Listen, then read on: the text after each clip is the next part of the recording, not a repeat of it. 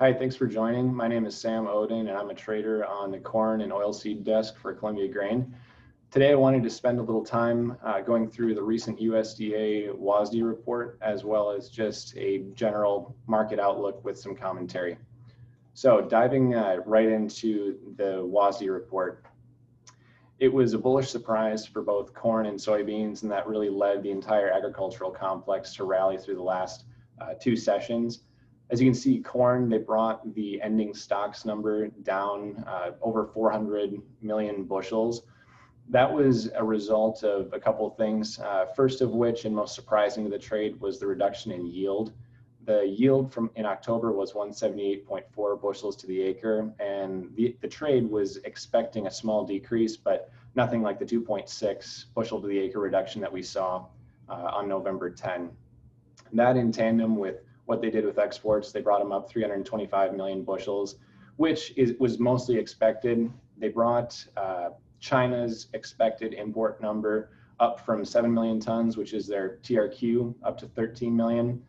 For reference, China has either already loaded out or has outstanding sales of about 10 million tons of corn out of the US already, and there's 5 million tons of export sales sitting in unknown at the moment. Much of that unknown could likely be China, or will eventually be China. So from a live perspective, we're probably pretty close to that 13 million ton USDA number already, and a lot of traders expect that China may end up closer to 20 million tons, but ultimately no one really knows because China's S&Ds are pretty unknown, I guess. So diving into the corn numbers for yield, you can see across the Midwest and the Corn Belt, there were reductions across major producing states, but really jumping off the page is North Dakota. They brought North Dakota's yield from 160 in October to 145, which is a 9.4% reduction, which is significant, not only in terms of a big jump or a big decrease in, I should say, in yield, but more so just because we're already dealing with a smaller crop in North Dakota to begin with. Typically, you could expect North Dakota to plant around 3.5 million acres of corn. Well, due to the prevent plant that we had this year, we're only looking at about 1.7 or 1.8 million planted acres in North Dakota. So with the size of the PNW program and constant ethanol demand in North Dakota, we need every bushel of production that we can have. Moving on to soybeans, they reduced the carryout number from 290 to 190 in November. The average trade guess was 235 million bushels, so only a 40 million bushel deviation from the average trade guess, but it gets to be pretty significant when we're talking as small of carryout numbers as we are here. What this means for the market is not only higher flat price, as we've seen through the last couple sessions, but also just a higher likelihood for volatility should there be any problems in South America through their soybean growing season.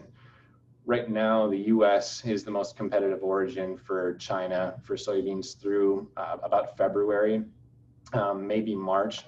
And that window of competitiveness for the US has been stretched a little bit just based on the fact that Brazil was pretty dry and that had slowed their planting pace. Well, they've caught up closer to a normal average for this time of year by this point, but they're still behind pace. And what that means is that they're going to be harvesting that much later, which stretches out the PNW and the US Gulf's window of competitiveness to China. So these things are supportive to PNW and therefore interior premiums.